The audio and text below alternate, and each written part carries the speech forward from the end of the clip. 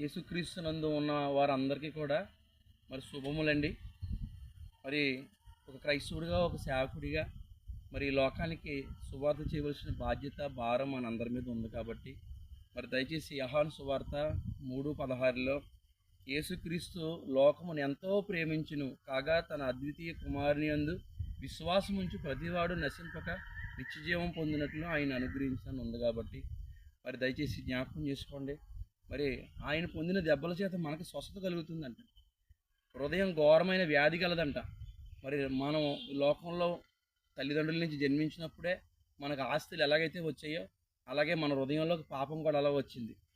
కాబట్టి ఈ పాపం వల్ల ప్రతి మనుషుడు కూడా ఈ లోకంలో బ్రతికినంత కాలం పాపంలోనే జీవిస్తూ, పాపంలోనే చనిపోతూ నరకంలోకి వెళ్ళిపోతున్నాడు.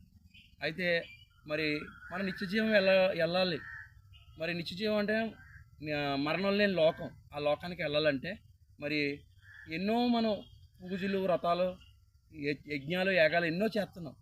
కానీ ధర్మాలు చేస్తున్నాం, అన్నదానాలు చేస్తున్నాం, కానీ వాటి ద్వారా మనం రక్షణ పొందలేం.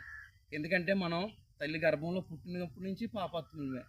కాబట్టి ఈ శాశ్వతంగా పరిష్కారం చేయడానికి యేసుప్రభు ఈ లోకానికి వచ్చి మనకు బదులు యేసుక్రీస్తు ప్రభు వారు 2025 సంవత్సరాల క్రితం ఈ లోకానికి వచ్చి మనకు బదులు ఆయన ముళ్ళ కిరీటం పెట్టుకొని మనం చేసిన పాపాలకి, మనం చేసినటువంటి దోషాలకి, అతిక్రమాలకి, మనం చేసినటువంటి ఎన్నో దుర్మార్గ పనులకి యేసుక్రీస్తు ప్రభువారు ఈ లోకానికి వచ్చి మనకు బదులు మన యొక్క దొంగతనాలకి, మన యొక్క వ్యభిచారాలకి, మనం చేసినటువంటి పాపపు చూపులకి, మనం చేసినటువంటి లోకంలో ఉన్నటువంటి ఎన్నో పాపాలకి, మరి మనం చేసినటువంటి పాపాలన్నిటికి కూడా యేసుక్రీస్తు ప్రభువారు ఆ శిలువ మీద వేలాడాడండి.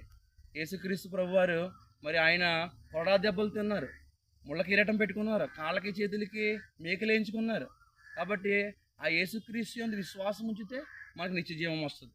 ఒక కోటీశ్వరుడు మనల్ని దత్తత చేసుకుంటే మనకి ఎలాగైతే మరి మన కోటీశ్వరులు అవుతామో, ఆ యేసుక్రీస్తు అనే నీతిమంతుడు మనం నమ్ముకోవడం ద్వారానే మనకు నీతి వచ్చి నిత్యజీవానికి వెళ్తాం. మన నీతి మురుగుగుడంలో సమానం. మన హృదయం ఘోరమైన వ్యాధి కలది. కాబట్టి యేసుక్రీస్తు ద్వారానే రక్షణ. యేసు ప్రభు వారు చెప్పారండి, నేనే మార్గం, నేనే జీవం, నేనే సత్యం, నా ద్వారా తప్ప ఎవడో కూడా తండ్రి దగ్గరికి రాలేడు. కాబట్టి దయచేసి మన రక్షణ పొందాలన్నా, నిత్యజీవం వెళ్ళాలన్నా మన స్వనీతిని బట్టి మనం ఆధారపడకుండా యేసుక్రీస్తు ప్రభువారు సిలువలో మరణాన్ని బట్టి విశ్వసిస్తే మనకు నిత్యజీవం కలుగుతుంది. అందరికీ వందనాలండి.